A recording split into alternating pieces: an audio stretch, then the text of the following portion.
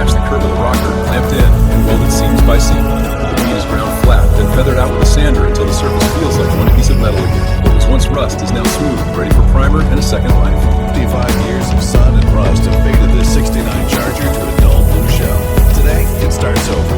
Sanded smooth, wiped clean, and in the boot, the gun lays down deep wet coats of jet black until the panels look like liquid glass. While the paint cures, the heart gets... Moment of truth.